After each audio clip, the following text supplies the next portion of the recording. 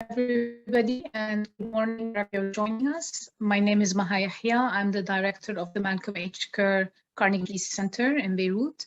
I'm absolutely delighted to be chairing and moderating this panel. Today's launch of a newly released Routledge handbook on EU and Middle East relations. I'm going to take a moment to just show you the book. This book is edited by Dimitris Bouris, Daniela Hubert, and Michel Pace, the Amsterdam Center for European Studies in cooperation with the EU Middle East Network in Action, Rockslide University, and the Instituto Affari Internazionale, IAI.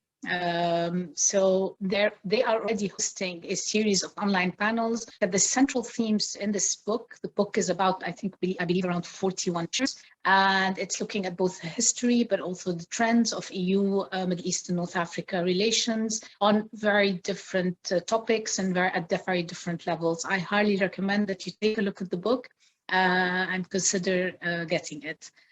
So today, I'm delighted to say we're going to have a very rich discussion with some stellar participants, all of whom are authors in this book. I'll begin with my colleague Cornelius Adebahr, who's an resident fellow at Carnegie. Federica Bicchi, who's the director of the European Foreign Policy Unit at LSE, the London School of Economics and Political Science. Assem Dandashly, who is a tenured assistant professor of political science at University. Maria Luisa Fantappie, who's a special advisor for the Middle East and North Africa region at the Center for Human Dialogue, and Benedetta Voltolini, who's a lecturer in European Foreign Policy at the Department of European International Studies at King's College. Today, we will be focusing on one section of the book, which is entitled Peace, Security and Conflict in the Middle East. And I'll be dividing the discussion into three distinct sections.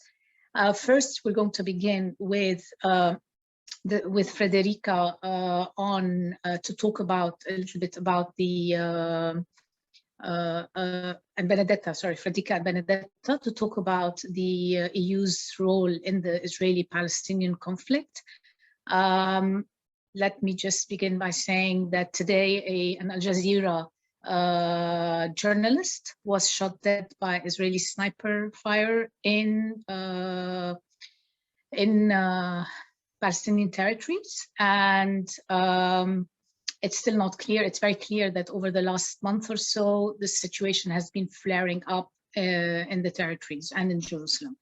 So, but before we get into the present day, I really would like to begin by asking you both to perhaps talk a little bit about the history of what you call actually an extraordinary journey of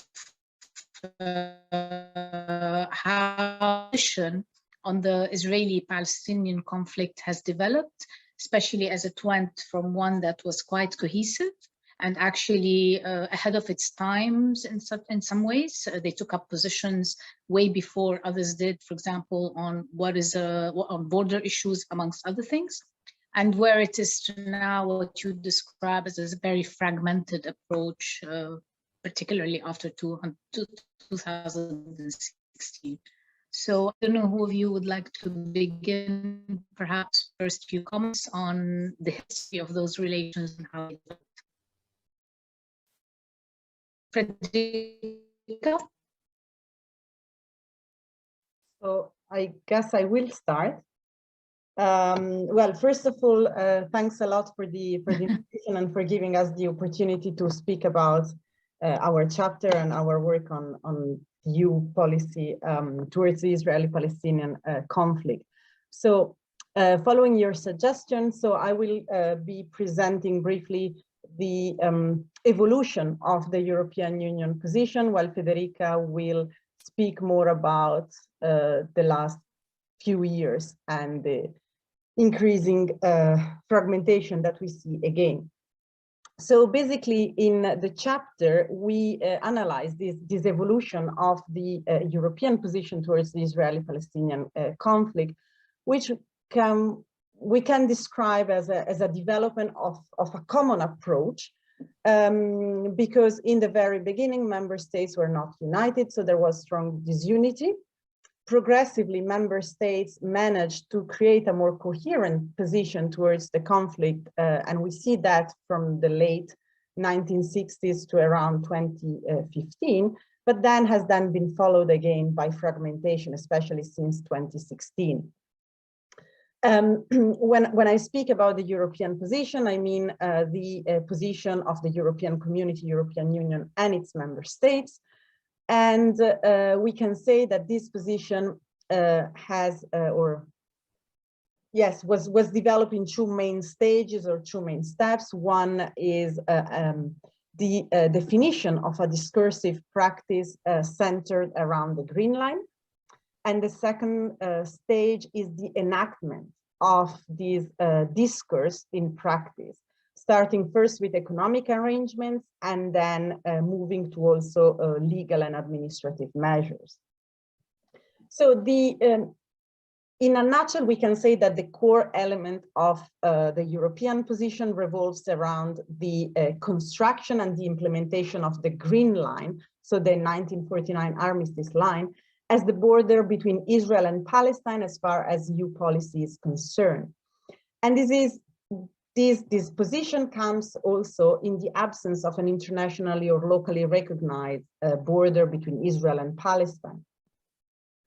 And we can see the first references to the Green Line as the border between Israel and Palestine for the European Union already in the early 70s, for example, in the Schuman paper of 1971, in which the 6 member states converged on the position of France concerning the border, and called for the Israeli withdrawal from all the occupied territories, from all the territories that Israel occupied in 1967. And this position was also reiterated in several other declarations, and we can see that, for example, in the November 1973 declaration after the Yom Kippur War. And this consensus on the Green Line as the border between Israel and Palestine, we can say that it crystallized in the 1980 Venice Declaration, which is, of course, the most famous one. And that is kind of seen also as the founding moment of the current EU approach, and at the time was also a pioneering position that was kind of a forerunner compared to other international actors. And then this position, we can say, has been reiterated several times again over the decades.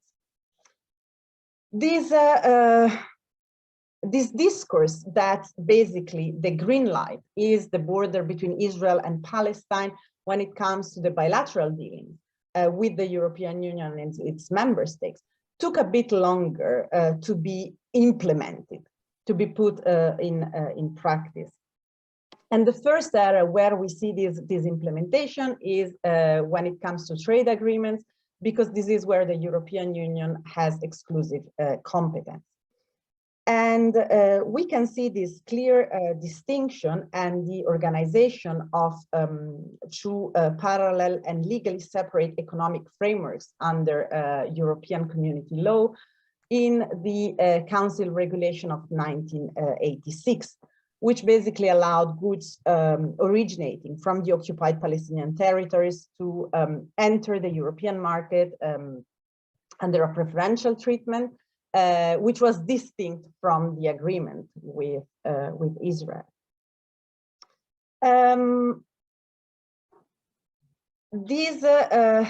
This position and this distinction between the occupied territories and Israel as two separate economic territories went a bit into trouble with the EU-Israel Association Agreement, which didn't clearly specify the Green Line as the border, and therefore Israel applied it also to the Israeli settlements in the territories.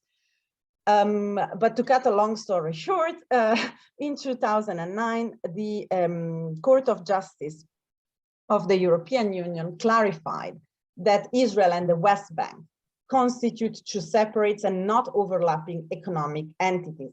Two different agreements apply to them, and therefore goods from Israeli settlements cannot benefit from preferential access under the EU-Israel Association Agreement.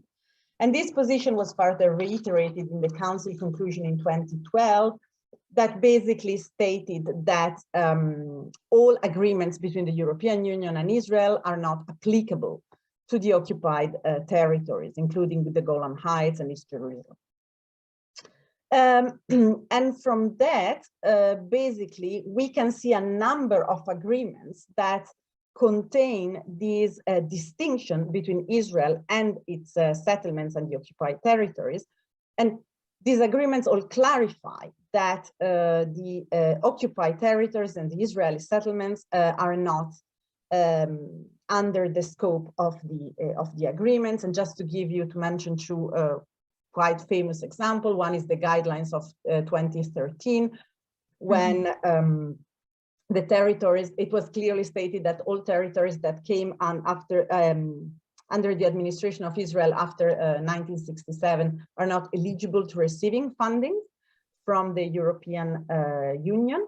And the other is the labeling case, in which basically goods needs to be properly labeled in order not to mislead European consumers. So Israeli settlements needs to be, Israeli settlements goods needs to be labeled as Israeli settlements. So basically, as you can see, there was a discursive position that the US developed over the years. This position has been implemented into practice, but then this momentum has come to a sort of a halt in 2015, 2016, when member states' position began to differ again. And so there was again a fragmentation. And we can see that in relation to Council conclusion and the road that there was around the Council conclusion of 2016, January 2016, when Greece basically reopened an already agreed text and watered down the wording of that text. But also we can see the fact that agency moved away from the European Union towards member states that either acted unilaterally, like France in 2016, or in groups of like-minded states. And here I leave the floor to Federica, who can better explain these dynamics and what is going on at the moment. So basically, we're moving from a more coherent and cohesive position to a much more fragmented one.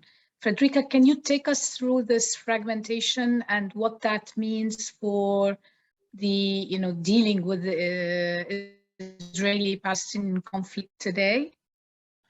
Yeah, thank you. Thank you very much for the invitation. Thank you very much for having me here today. I'll make just 3 quick points. And then I hope we can come back to this with your comments, Maha, and in the Q&A.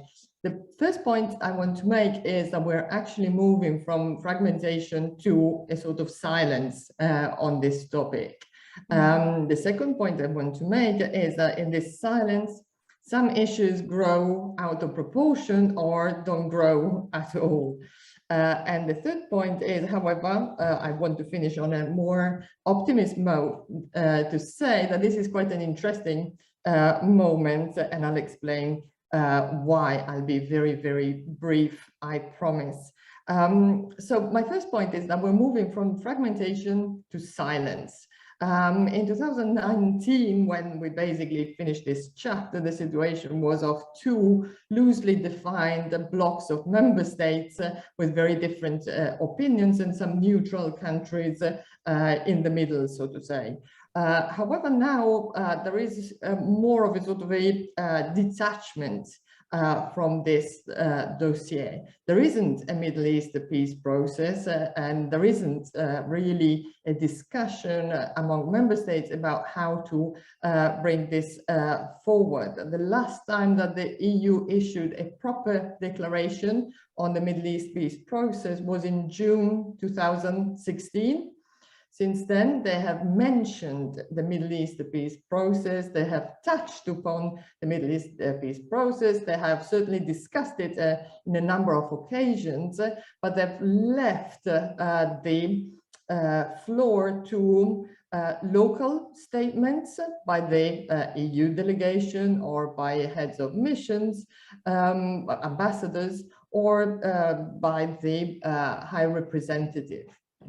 This is not just on the Middle East peace process, it's a more general tendency of EU foreign policy, but it also shows the difficulties that member states are finding when it comes to develop common positions on complex foreign affairs matters.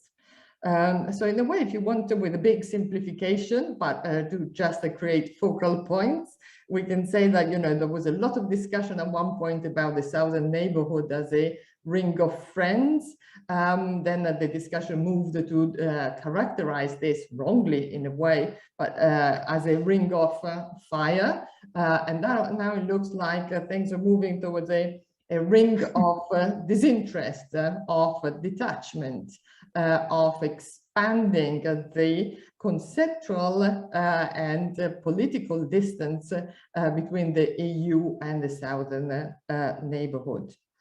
So, Federica, can I just interrupt you here for a second and just ask, can the EU afford to do that, especially as we're seeing the situation, particularly over the last month, flare up again?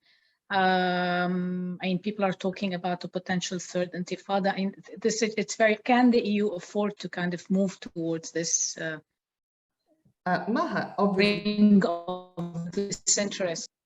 Obviously not, but I like your rings.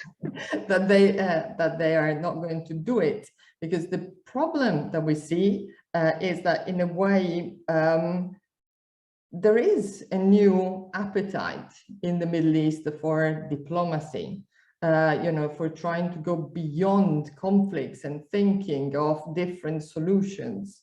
But the EU is not part of it. And member states are moving in a separate manner. They're trying to create their own networks and not necessarily coordinate at the EU level. This makes for a bit of a big missed opportunity if the EU finds unity on the eastern neighborhood, as they're finding big time, well, nice to see, but not on the southern neighborhood.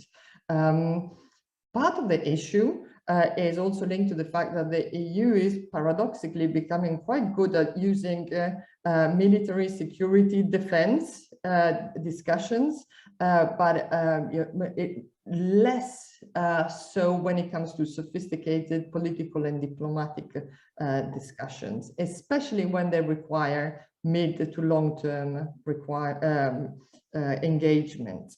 And instead, my second point, you know, some issues that grow out of proportion is, for instance, the discussion about the Palestinian textbooks, which is heavily promoted by Commissioner Vaheli as a way to condition aid to the Palestinians in a way that is unheard of in other contexts. Or, you know, some issues like violence on the ground is not receiving sufficient attention and not receiving, you know, the type of political engagement that would contribute to address issues and come to a positive, you know, I wouldn't say conclusion, but at least to a positive compromise. However, I'll stick to my optimistic assumptions, meaning that what we're witnessing is a sort of a multipolar Mediterranean. There are many issues that are happening and moving and potentially leading to shifts in political position. And so this could help the EU you know, have a more interesting engagement with the region if it manages to keep a united voice and a single voice. But I'll stop there because I know that there are more interesting points to come from other panelists. Thank you, Federica. Let me ask just one last question on this topic before we move to an equally, well, I don't know equally, but as convoluted situation in Iraq and Lebanon. Just a question to both of you. Do you believe that the UN still thinks that the two-state, I mean, is the aim still, if there is interest, to push for a two-state solution, or is it the fact that the situation has changed so much on the ground that the difficulties of achieving the two-state solution has become far higher at this point? Anybody's pick here, because the two-state solution has become a bit of a holy grail, but it is the only one that on which member states can find some common ground. Yeah. Okay. So moving beyond that is potentially more rewarding in terms of practicalities and would open up a discussion, but we're not there yet. And we, in order to discuss, seriously discuss alternatives, we would need the more space in terms of member states having the intention, the desire, the energy to put their minds together and come up with something different, something that instead they're totally focused on Ukraine, and they will remain so for quite a while. I was going to say, with the Ukraine conflict, it's probably impossible to get anyone to focus on anything other than Ukraine at this point, at the moment, for many reasons. Benedetta, I don't know if you want to add anything to what was said, maybe in response to any of the questions. I totally agree with Federica.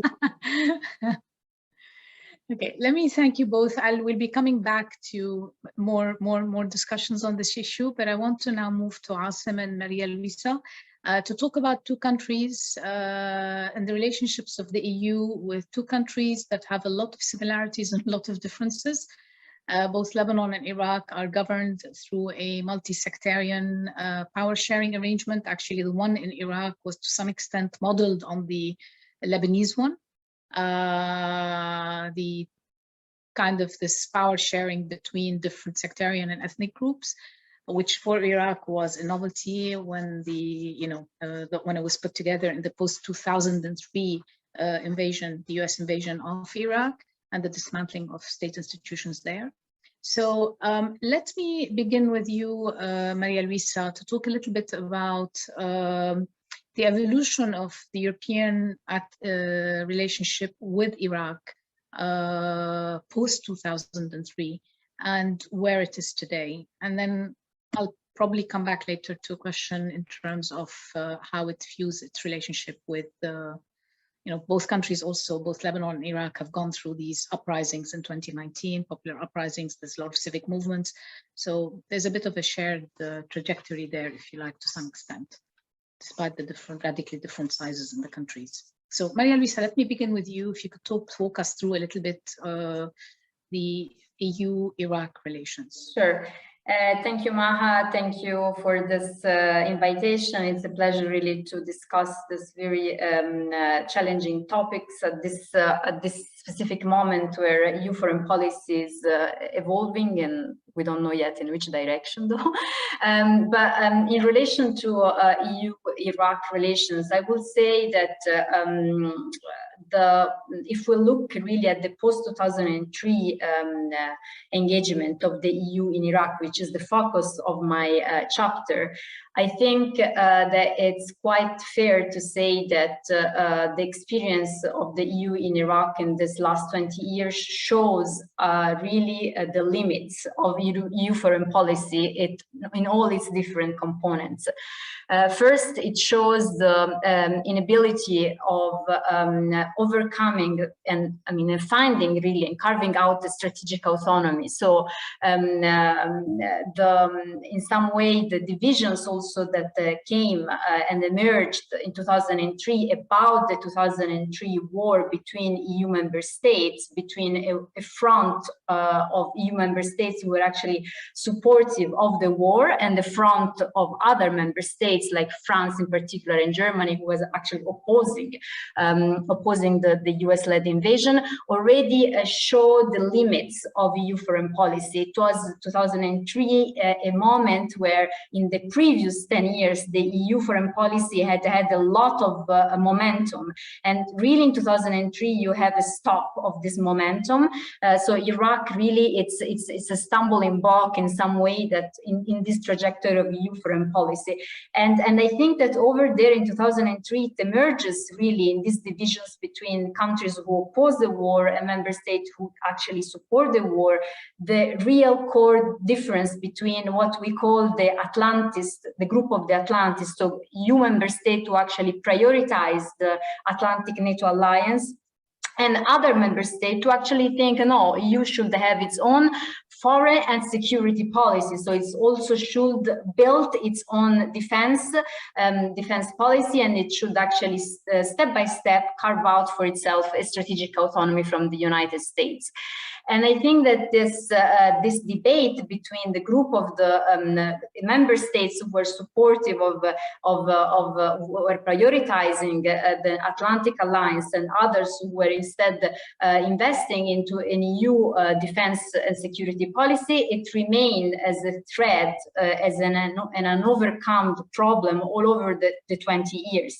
And it sort of froze, if let me say, the possibility really for the EU to work as a coherent policy entity. And so you have also this problem that has been also discussed and by the previous speakers of the limits in really shaping an EU coherent policy and the dominance of EU member states over an overall EU coherent policy making. So what happens is, I think that really the case of Iraq really shows that EU member states were only willing to work together on very soft power issues.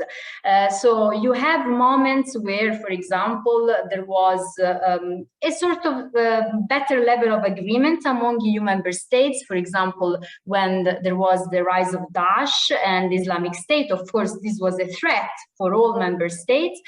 But even in that moment, what is very interesting to see is that despite the unity in terms of like on paper, but still the EU member state single unilateral decision making, it prevails over really the fact that the EU member states work within a coherent framework. And I would also say, and this you can see it as well in the fact that this actually security issues, they actually heightened and highlighted even more how each one of the EU member states was engaging with Baghdad and Erbil over delivery of weapons in a unilateral way. So there was really the framework of the coalition, but it was not the framework of the EU. So the things that that the EU member states they were cooperating on, they were soft issue.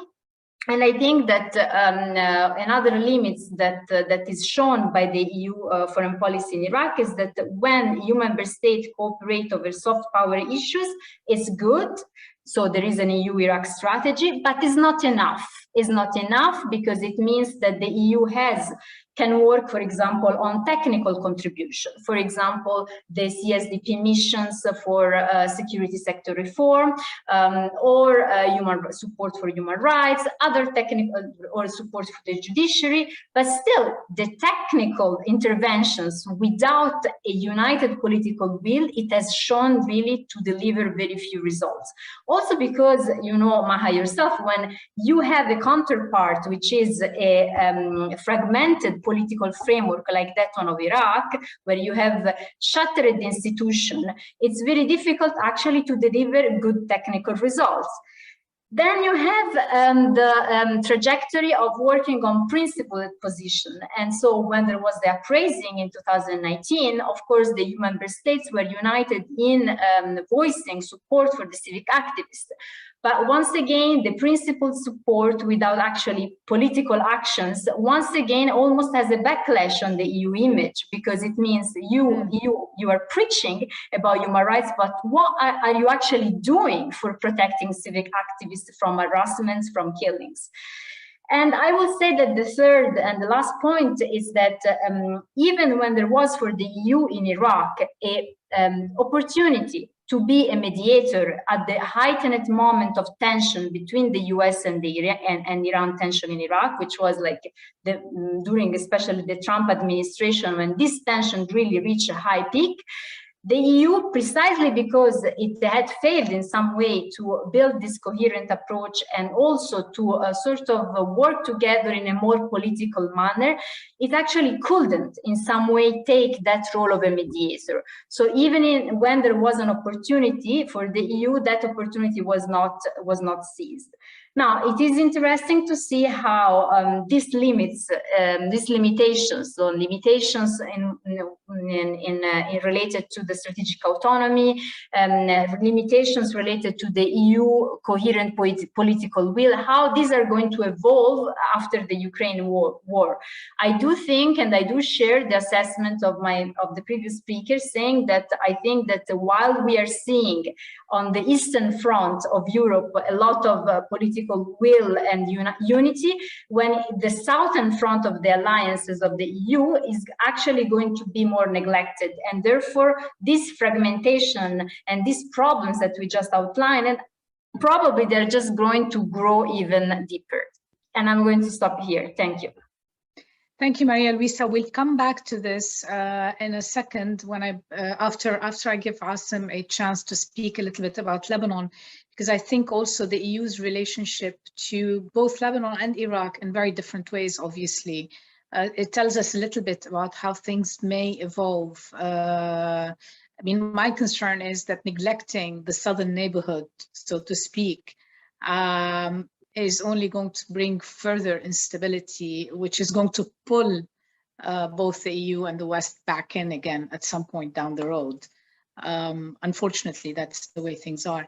But Assem, let me just move to you and ask you to speak a bit to the evolution of Lebanon's diplomatic relations with the EU. I mean, we saw that it began with the 1965 Trade and Cooperation Agreement that was signed with France and then became an association agreement with the Euro-Mediterranean Partnership.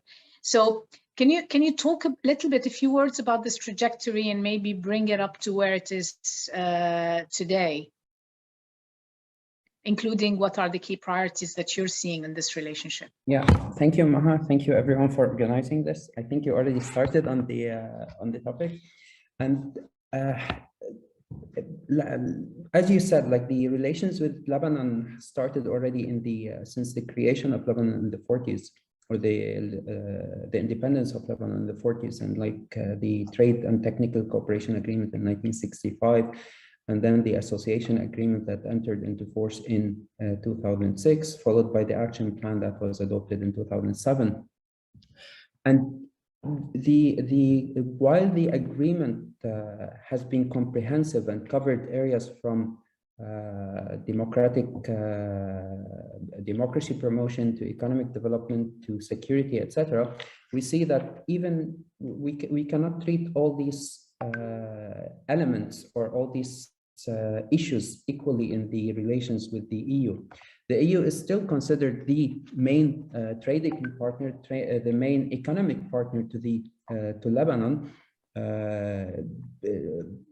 since the end of the civil war in the end of the 80s, early 90s. The EU has been the most important international player and donor to Lebanon, along with the Gulf countries.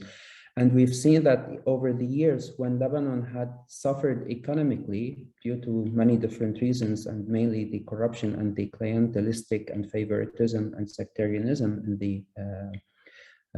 the country, we see that the European Union, mainly France, rushed to help the country with the Paris I agreement, Paris II agreement, Paris III agreement, with the hope that the Lebanese will take some reforms, fighting corruption, etc., which never happened. And then they learned the lesson with the Sadr agreement that you will not get a penny if you don't do any reforms. Till I think the moment we are talking now, nothing has happened in terms of reforming the system, and we're talking now about a failed state, despite that the elections are coming. So the first point is the economic cooperation, and EU aid has been really strong. The EU is the main trade partner to Lebanon, and despite that the EU basically they export to Lebanon more than Lebanon can export back to the EU, but still, like also in terms of EU aid, the EU is the #1 donor to Lebanon. The second area that is important in the relations is the issue of democracy and reforms of the political system in the country. Despite all the support that the EU tried to put into institution building, human rights, civil liberties, individual rights, reforming the judiciary, etc., following the Taif agreement and the end of the civil war, we don't see much moving on in the country. And I'm not blaming the EU for that, but it's mostly the way the system is built up. Like we talk about 100 years of Aish Mushtarak, if you want to call it what the Lebanese coexistence, and this never worked. It never really worked. Like you're talking about a sectarian system, that a clientelistic system. You can call it also a tribal system, like based on sects, and each sect is trying to get as much as they want from the cake, and this never worked in Lebanon over the past 100 years. So why should it work in Iraq now? So the democracy promotion, as in many other countries, has been problematic. One reason for that is Lebanon, the Lebanese political system, the Lebanese politicians, the Lebanese elites, and the people themselves. Corruption is at different levels. And the sectarian system, but at the same time, this has never been a real priority for the EU. And we see this not only in Lebanon, but the entire MENA region.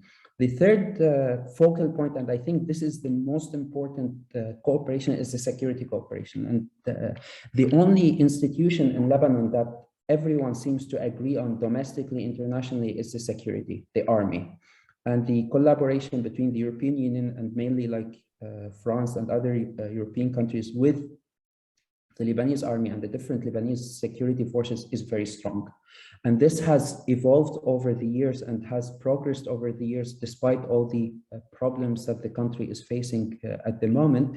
Lebanon still, the Lebanese army and Lebanese security forces still receive a lot of aid from the European Union, European member states, and also share a lot of security and intelligence between both parties. The fourth point is the conflict with Israel and the issue of the Palestinian refugees. And here, like, in terms of the conflict with Israel, the EU doesn't have much compared to the United States, which is still involved also in the marking of the borders with Israel, the talks that are on hold now. It is the US that is basically trying to mediate between both parties. You're talking about the maritime borders. Yes, the maritime border. So even with that, the US yes, is the main player. However, after in terms of the support to the refugee camps in Lebanon, we see that the EU is the main provider for the for the UNRWA, the United Nations Relief and Works Agency for Palestinian Refugees. So the EU is the #1 donor to this agency that provides a lot of support to the refugees, Palestinian refugees in the country. And also the EU is, or EU member states are the #1 contributors to the UNIFIL. And after the 2006, the EU increased its support to UNIFIL to make sure that there is sort of stability in terms of on the borders between the Lebanese and the Israelis. And also we still have the Sheba farm. There's a Yes. Sorry, 1 second. You're talking about the UNIFIL, and there's a question from the audience saying, are the European troops seen as part of the EU-Lebanese relations or EU-UN relations? I believe it's more UN relations because Yes, UNIFIL are under the auspices. Yeah, this is within the United Nations, but also the good relations that Lebanon has with many of the EU countries who are contributing to the to UNIFIL has helped in the renewal for UNIFIL every year, because every year it's there's some discussions about it in the media and in the political discourse. Will there be a veto, or shall we increase the tasks of the UNIFIL or keep it as it is? And I think so far the strong relations that the Lebanon has with some of the many of the EU countries has helped in maintaining this involvement in the UNIFIL and not really changing its mandate beyond that might create some domestic problems in the country. The last point with respect to the relation is the Syrian refugee crisis. And I think with the Syrian refugee crisis, the EU has supported a lot, but it's not really enough in a country that is failing, in a failed state at all different levels. What the EU has been offering in terms of support to the refugees, Syrian refugees, the different Brussels conference that took place in 2017, 18, 19 to deal with the refugee crisis and provide them with support is not really sufficient, especially that the infrastructure in Lebanon and the space and the size of the country doesn't really allow for having over 1 million Syrian refugees in the country, especially that the country has very limited resources. And I think the solution for that is that since the situation in Syria is getting stable, that they have to return back to their country, and we cannot host them forever. I'm going to interrupt you just here because I need to go back to Maria, but I want to just make a couple of comments, forgive me as both moderator and chair, on the issue of Syrian refugees, because there's another question from the audience on Syria and there's no one on the panel to speak to Syria. So I'll just say a few words. I think on the issue of Syria, perhaps that's one area where there has been a cohesive position by most EU countries, which is to kind of say, unless there's a serious political settlement of some sort, one which takes refugees into account, then we are not going to move towards normalization with a regime that is accused of war crimes against its own population. To the return of refugees to Syria is Syrian refugees from Lebanon, from Turkey, from Jordan, and other places to Syria is at this point mission impossible.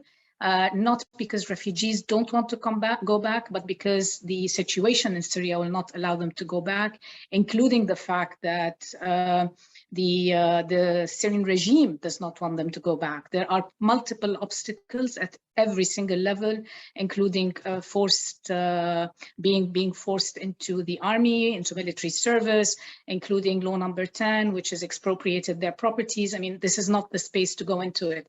But I need to say this point because there's no other panelist speaking about Syria within this discussion. So it's unfair to just talk about them having to go back. It is a burden on Lebanon, and I think this is where the EU perhaps can work with the Lebanese on this issue, but also with the Jordanians, amongst others. It's involuntary return is not something that the EU in any shape or form can push forward, nor morally should they push forward. And again, going back to the Ukraine crisis, the issue of refugees has been a very marked point, a sore point for audiences or for observers from this part of the Mediterranean.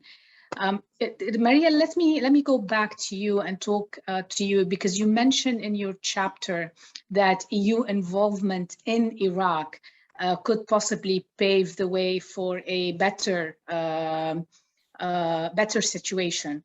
It could facilitate a more concrete political action by the EU, can possibly save Iraq from becoming a battleground of regional competition. I mean, to some extent, it is already a battleground for regional competition between the Iranians, the Americans, and others. But in your chapter, you're saying that it could possibly mitigate some of this. So can you tell us a little bit how you imagine this happening and what kind of political action you see perhaps in the next 2 years?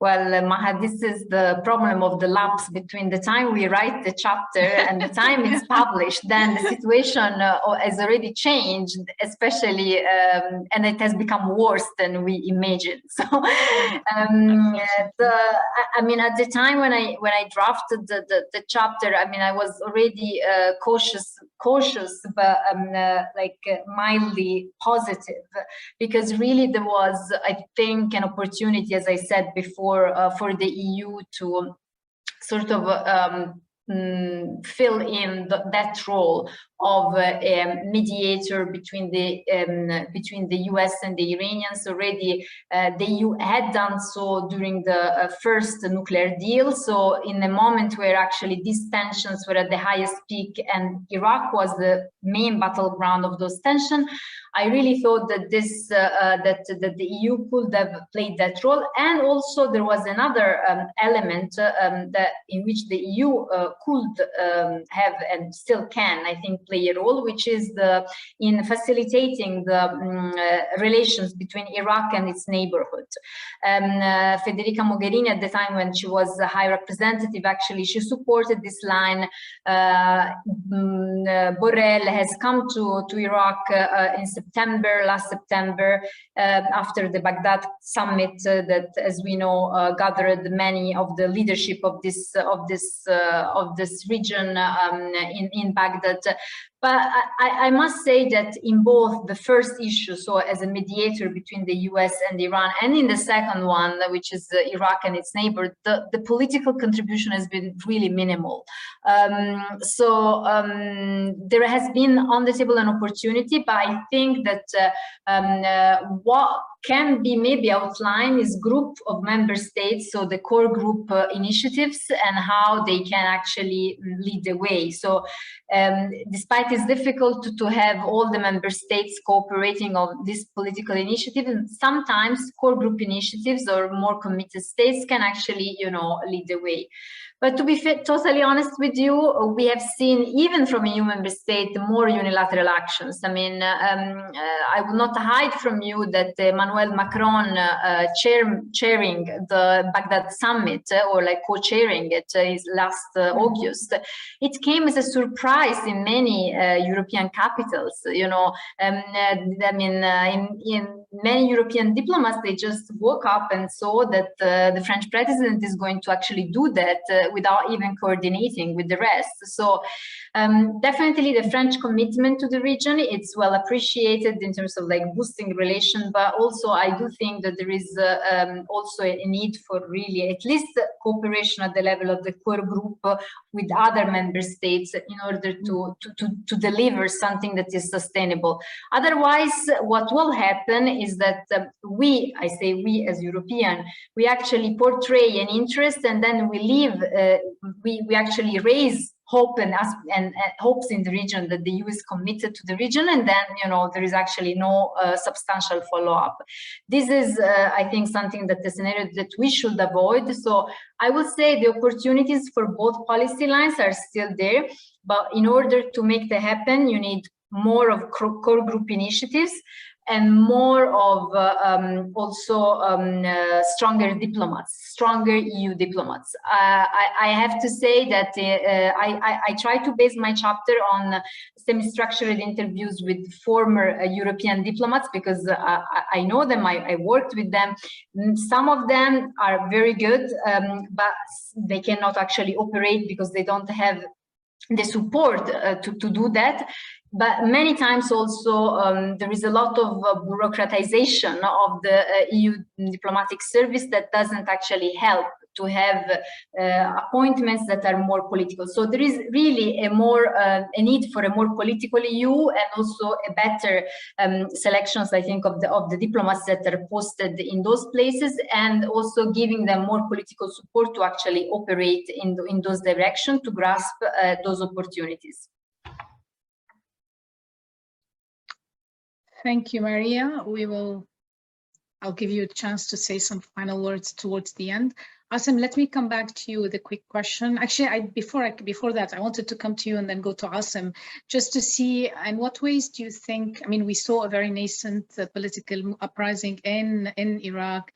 We saw mass demonstrations, we saw people, demonstrators getting killed, parliamentary elections, everything is frozen now. Do you see a role for the situation forward in Iraq, Maria?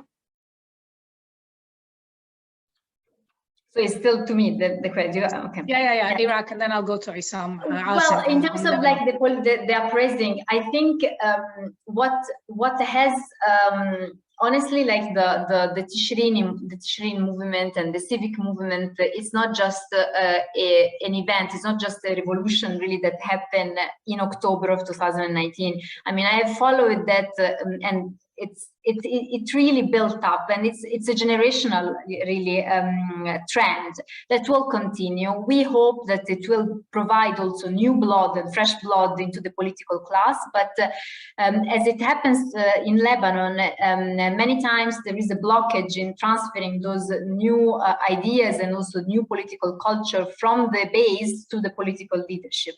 So in that, I think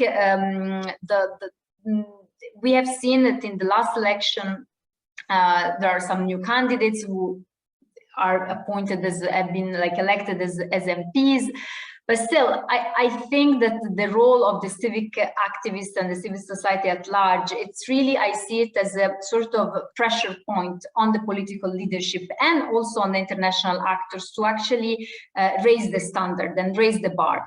We don't have to stop over like poor governance. We have to, we need more. We need actually to be attentive to citizens' needs. And I think that is the main message of the Tishrini movement, which I hope will continue. And I do think that the EU in this, but more at the level of the single member state, they are doing now quite a lot in terms of, like, for example, supporting activists that do climate actions. I mean, several topics that are very important that really place once again the focus on citizens' needs. But this is, I mean, a very long-term process.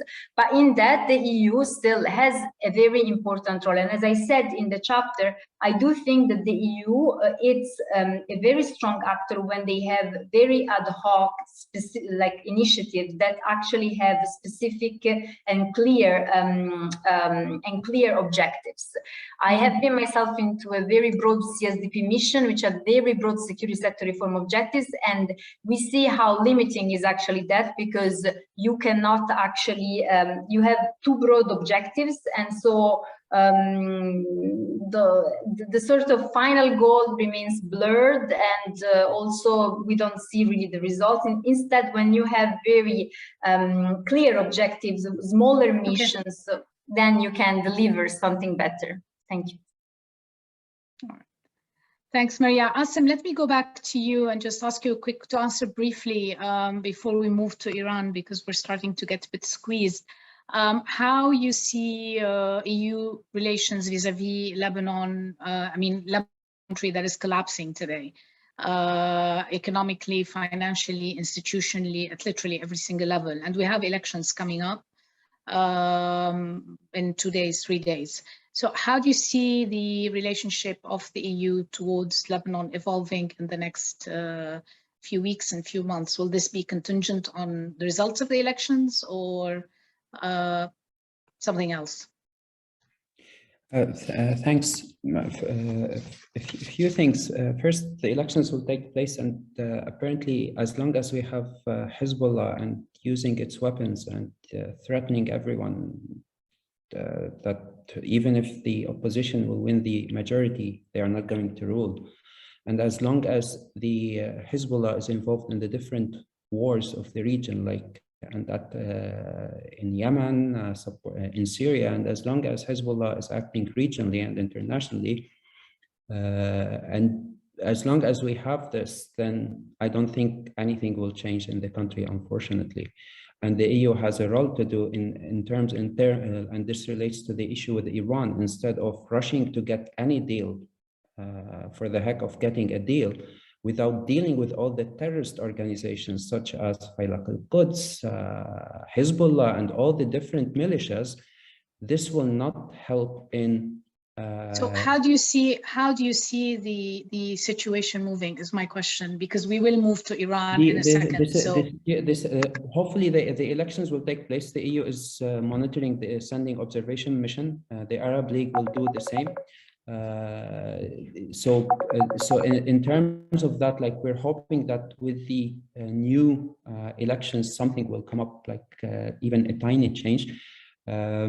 The EU cannot do much without the collaboration of the Gulf countries, and we see that the EU, in a way, since even before the port explosion, has delegated this task to Macron and France. So this is we see that this has been progressing, but very slowly, and there is some support, but everyone is waiting to see what's happening. And as long as there's no deal with the IMF, then the rest of the countries, including EU and the Arab countries, will not really support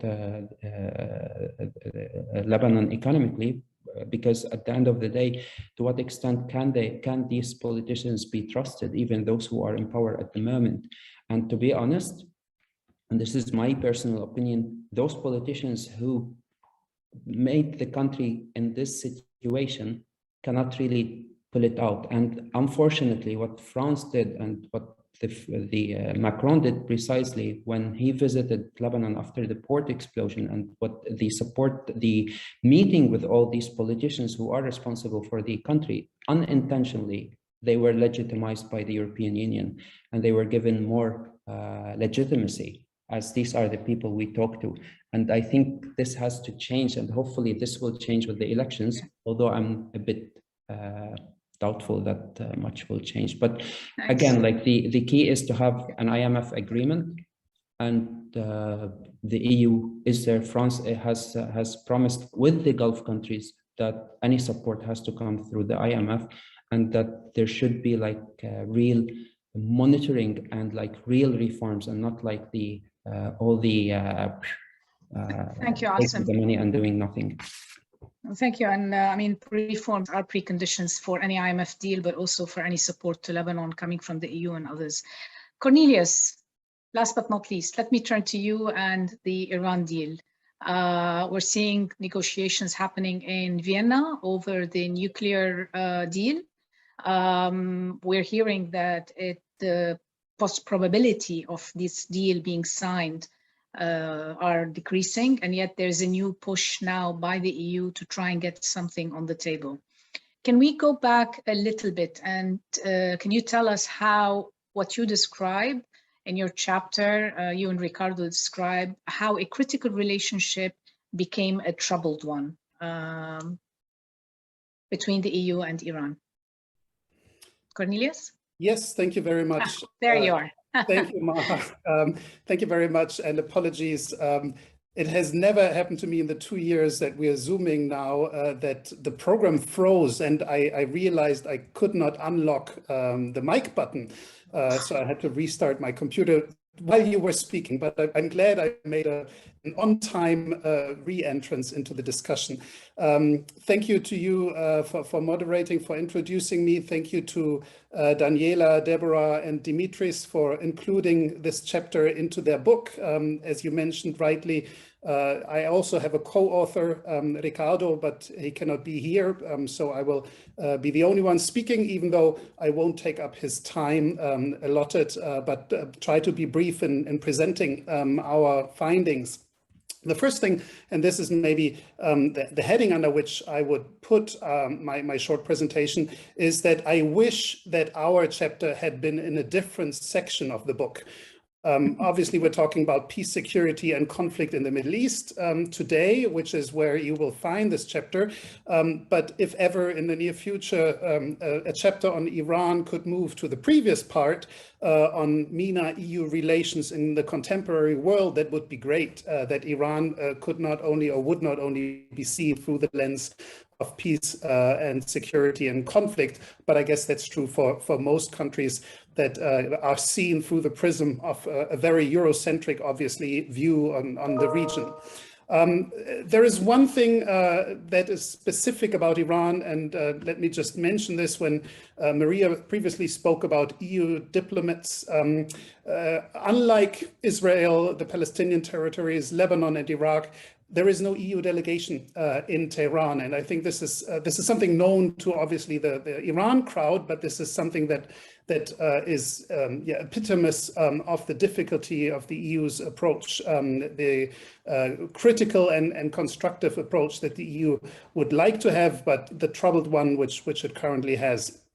And that's an expression of the difficulty how these relations developed. The EU put, well, commission delegations at the time in most countries that it had trade relations with in the 70s, 80s, and 90s, and there has never been the moment, an opportune moment to do so with Tehran. First, after the revolution, relations were strained. There was a bit of an opening in the 1990s. All this is dealt with in the book. But then since 2003, basically, so for nearly 20 years, there has been this singular focus on the nuclear file. So what I would say is that there is probably no other country which has this elevated status, no other country in the region which has this elevated status of high stakes involvement with the European Union, meeting foreign ministers, the High Representative. There is an Iran task force dedicated exclusively to the country in the European External Action Service. And at the same time, a narrow focus on just one topic. So that is what differentiates Iran from other countries in the region, if only looking through the EU lens. So what would happen, and again, I mean, I could talk more about what we have written, but since that is out there, let me just give you a couple of thoughts. What would have to happen for Iran to move into that other part of the book.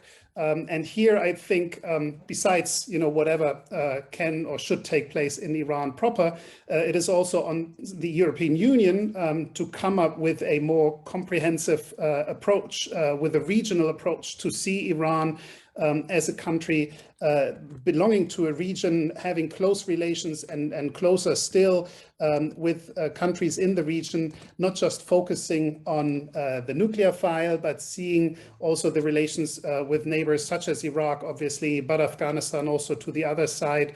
Iran is very active in the region, something that usually gets noted through this idea of malign activities, as it is often called by certain policymakers, but it is a role which is again seen differently also in this wider region, and this is where the European Union would do well to approach this panoply of issues that it has with Iran. And just to give two examples where I do see benefits for the European Union to engage. There are issues pertaining to nuclear safety. The issue that Iran now does have a nuclear program, so we're not only looking at the prevention of nuclear proliferation, but we should also be looking at how this nuclear program is being run. There is a nuclear program, a civilian nuclear program, on the other side of the Gulf in the UAE. Saudi Arabia is trying to develop a nuclear program. So there is ample room for cooperation when it comes to safety standards, disaster preparedness, early warning, etc. And a similar issue is maritime security, as all these countries most of these countries sit around the Persian Gulf with its ecosystem, with its heavy traffic ships passing through. And these are elements where the European Union does have a role to play. They are outside of the traditional scope, I would say. They are certainly outside of what the European Union has focused on when it comes to Iran over the past 20 years, as I said. But it is something where it has a track record of engaging other countries, other regions, where it has a thematic track record, so to say. And it is, in that sense, it is good that the European Union is indeed developing a regional strategy now. There is a Commission communication coming up this summer outlining a regional strategy towards the Middle East. And there is also a strategy coming out of the European Parliament when it comes to that particular region. So the main EU institutions taking this broader look and trying to get a grasp, not just of Iran as a country or as a difficult partner, a difficult interlocutor, to be very neutral, but as a country which is embedded in the region. And this is maybe something where the history as we outline it, and someone mentioned this before, we actually stopped when there was still another president in the White House. So the time has passed since then, but this may still provide, a track record of how the European Union came to this point in time and how it could then develop further. Cornelius, let me just do a couple of follow-up questions. I mean, do you see a deal being signed today, and do you see room for the push we're hearing about by the EU Special Representative to try and get a deal signed? And if a deal is not signed, what next? Yeah, well, that's the main question. I mean, I would say the chances are still somewhat 50-50 without being privy to what is precisely going on right now. What is the magic formula the EU is trying to come up with? I mean, for all those who are not following this so closely, it seems to be hanging on the question of the designation of the Islamic Revolutionary Guards Corps, the IRGC, as a terrorist organization by the United States. Iran wants to have this undone. The United States, the administration, the president, and certainly Congress are highly unwilling to do that. There have been votes in Congress to forbid basically the administration to enter into such a compromise. So this is really a deadlock. It's highly symbolic. You don't want to get into the substance of it because it doesn't really matter so much. It could be done easily if you wanted a deal, but then again, there are implications for the Iranian side. Why they insist on this being done. There is a reason for the US government, the US administration, for domestic reasons, why it doesn't want to go that way. So it has come down to a non-nuclear issue, basically. And I cannot see, unless, some side really giving ground, I don't see where the compromise should lie.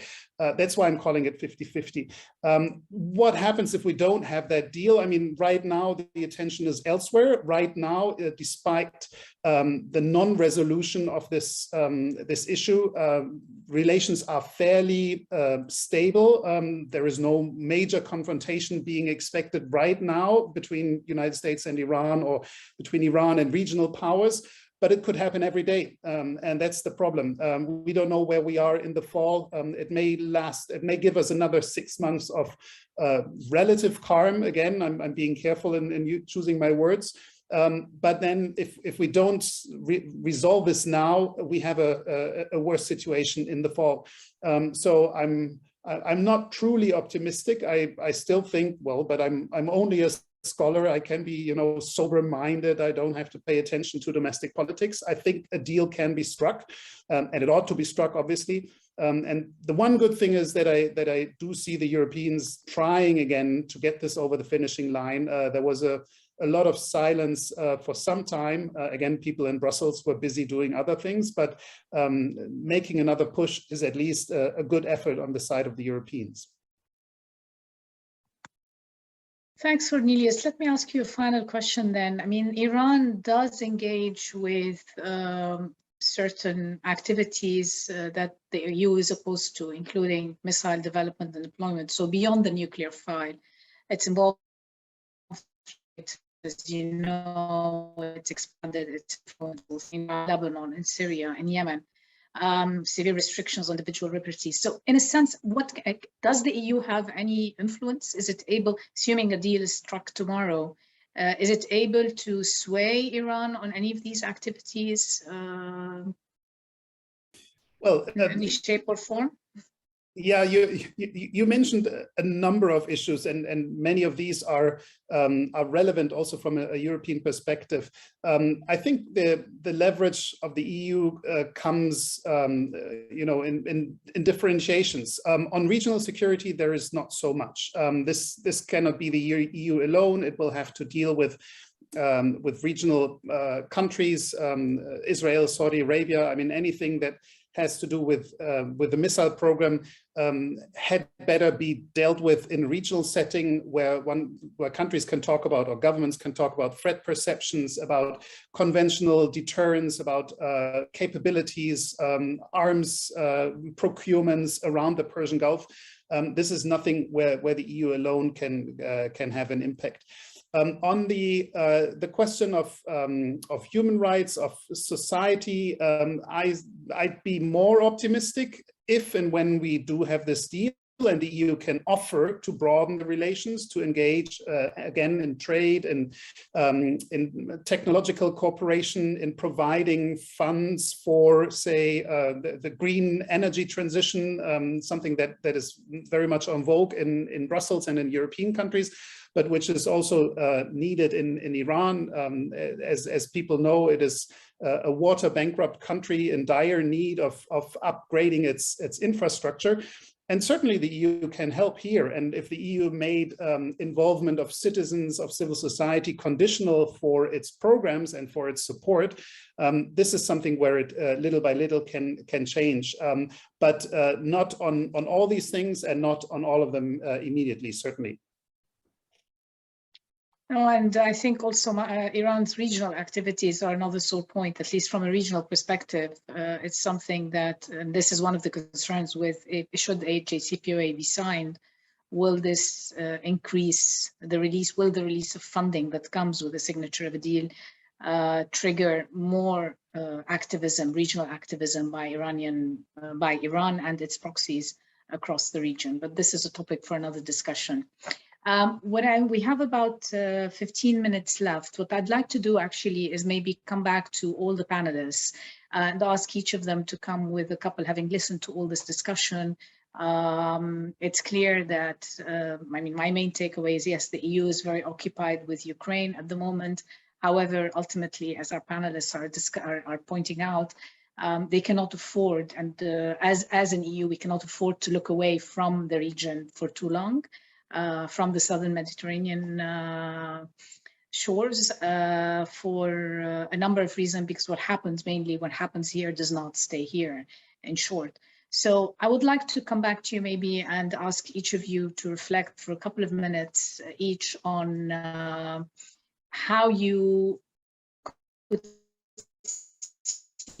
see perhaps a more positive involvement or more engagement by the EU with the different challenges that you've already outlined.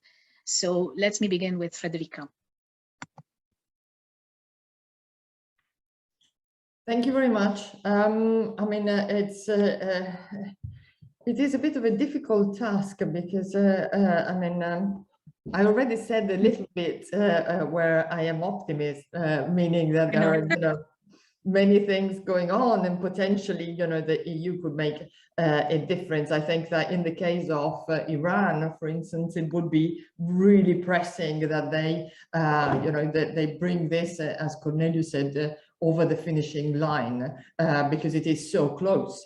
And it would settle so many other dossiers that it would definitely contribute to create something, a stability in the region.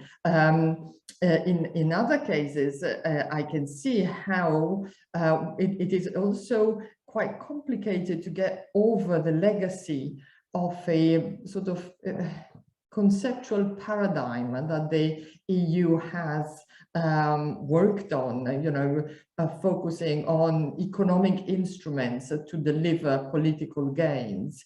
And it has worked on this paradigm for so long. And at the moment, it is becoming overwhelmingly clear that it is not working. And in fact, it should work the other way around. And therefore, the go-to instrument of the EU has generally been to throw money to buy a solution, so to say. But this instead is becoming no longer an option. The road the EU is going on to, however, is marked by security, defense, military stuff that unfortunately again misses the mark of politics. And I think that there, it would bring the difficult outcome in a different way. I'll just also pick up, use my 2 minutes for 10 seconds on two questions that were raised in the Q&A. One by Dr. Colin Lecce, apologies for mispronouncing it in case about the San Remo conference, which is generally quite a sophisticated way to ask about settlements.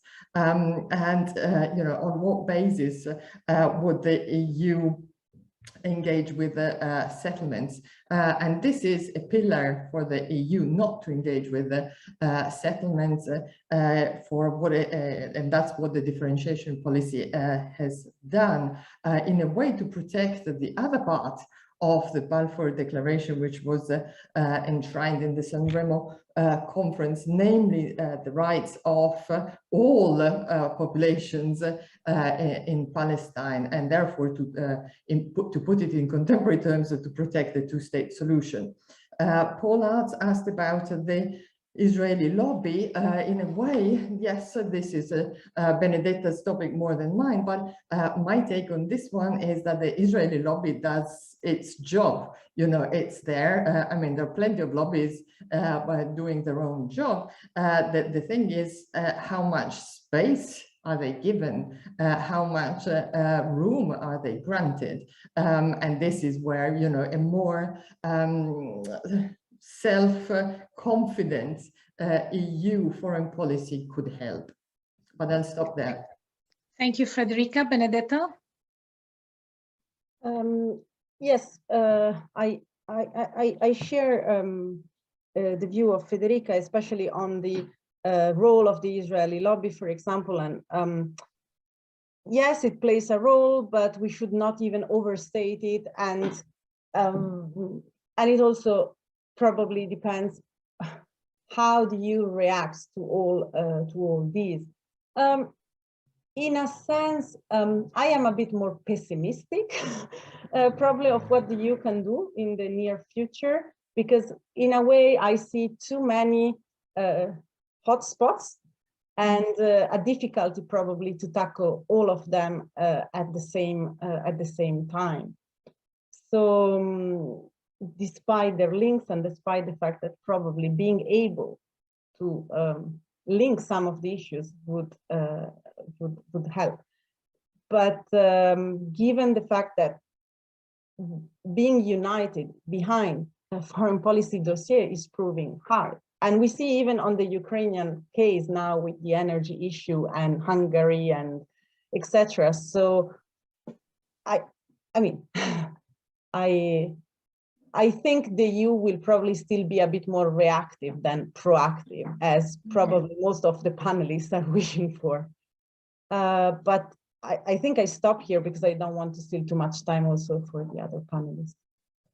Thank you, Benedetta. Unfortunately, I tend to agree with you. Maria. Yes, so well, I just wanted to conclude on a quick point. My concern is that I see a lot of hope and momentum from many analysts looking at the EU foreign policy now, saying, okay, the EU has found once again, it's finally found its unity, and then that was the main theme when the Ukraine war happened.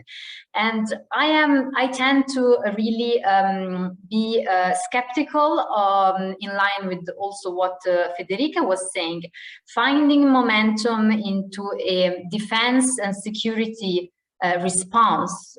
It doesn't mean solving the main underlying political issues. And in my opinion, this region, the MENA region, is going to soon, as you Maha outlined, going to actually uncover all these all these gaps that still are in the European system, all these divisive issues, specifically in the Eastern Mediterranean, that are going to emerge very soon. Another refugee crisis, I mean, you name it.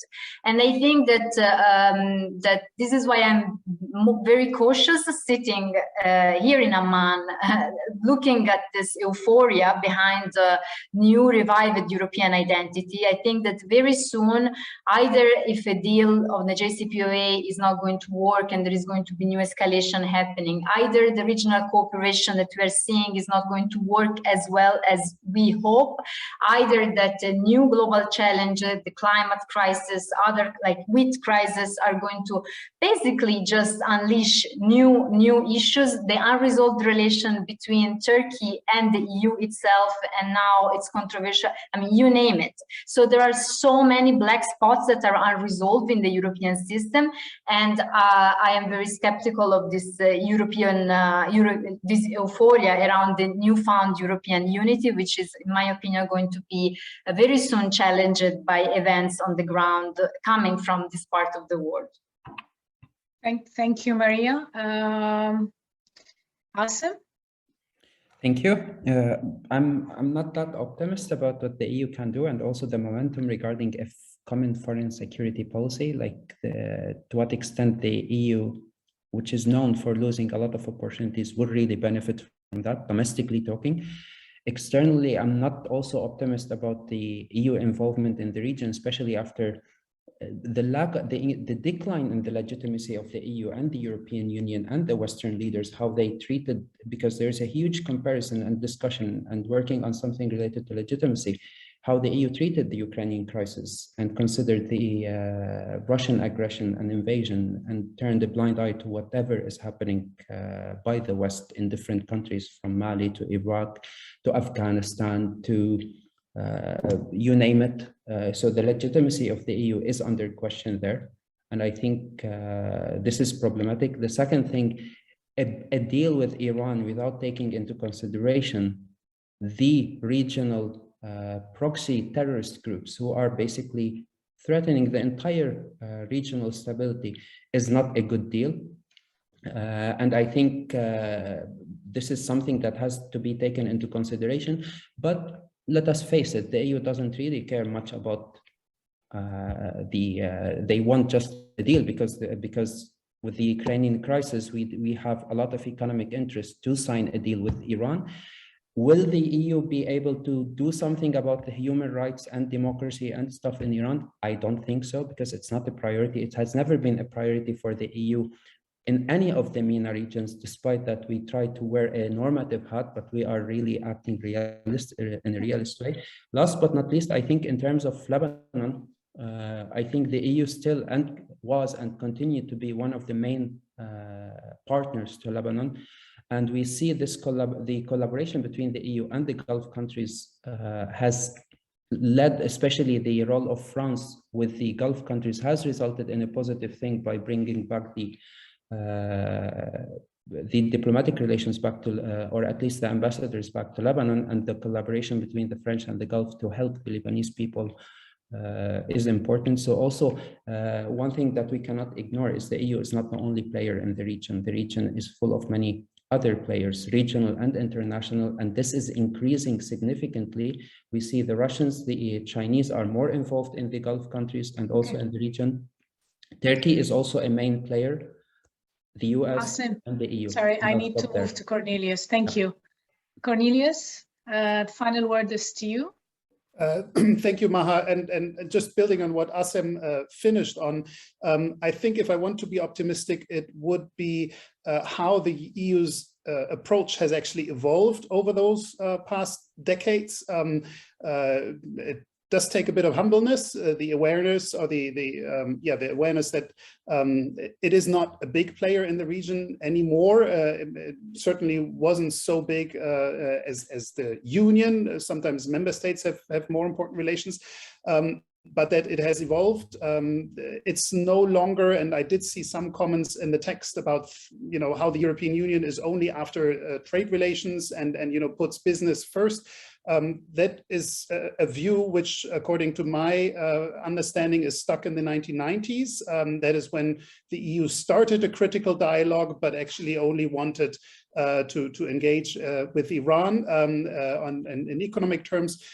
If that were true, we wouldn't have seen the sanctions regime of the early 2010s. We wouldn't have seen, or we would have seen much more pushback when it comes to how the Europeans tried to counter President Trump's maximum pressure campaign. Ultimately, they installed officially a trading regime, but they never used it because ultimately this was not important enough for them.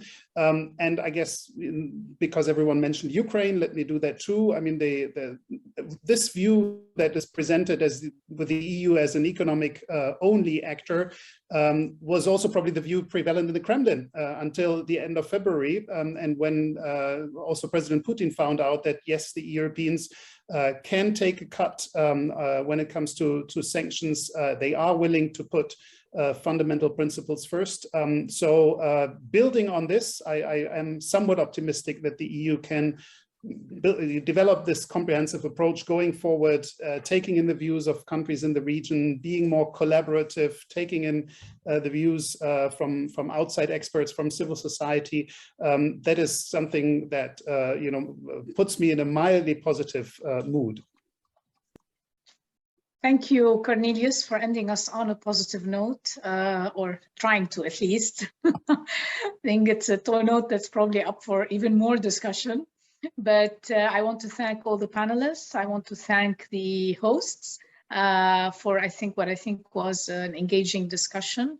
And Dimitris has already put in the chat the details for the next meeting, which will be looking at development economics, trade and societal issues between the EU and MENA countries. So thank you all for joining and see you next time. Bye-bye. Thank you. Bye-bye. Thank you so much, Ma, also. Thank you. Bye-bye.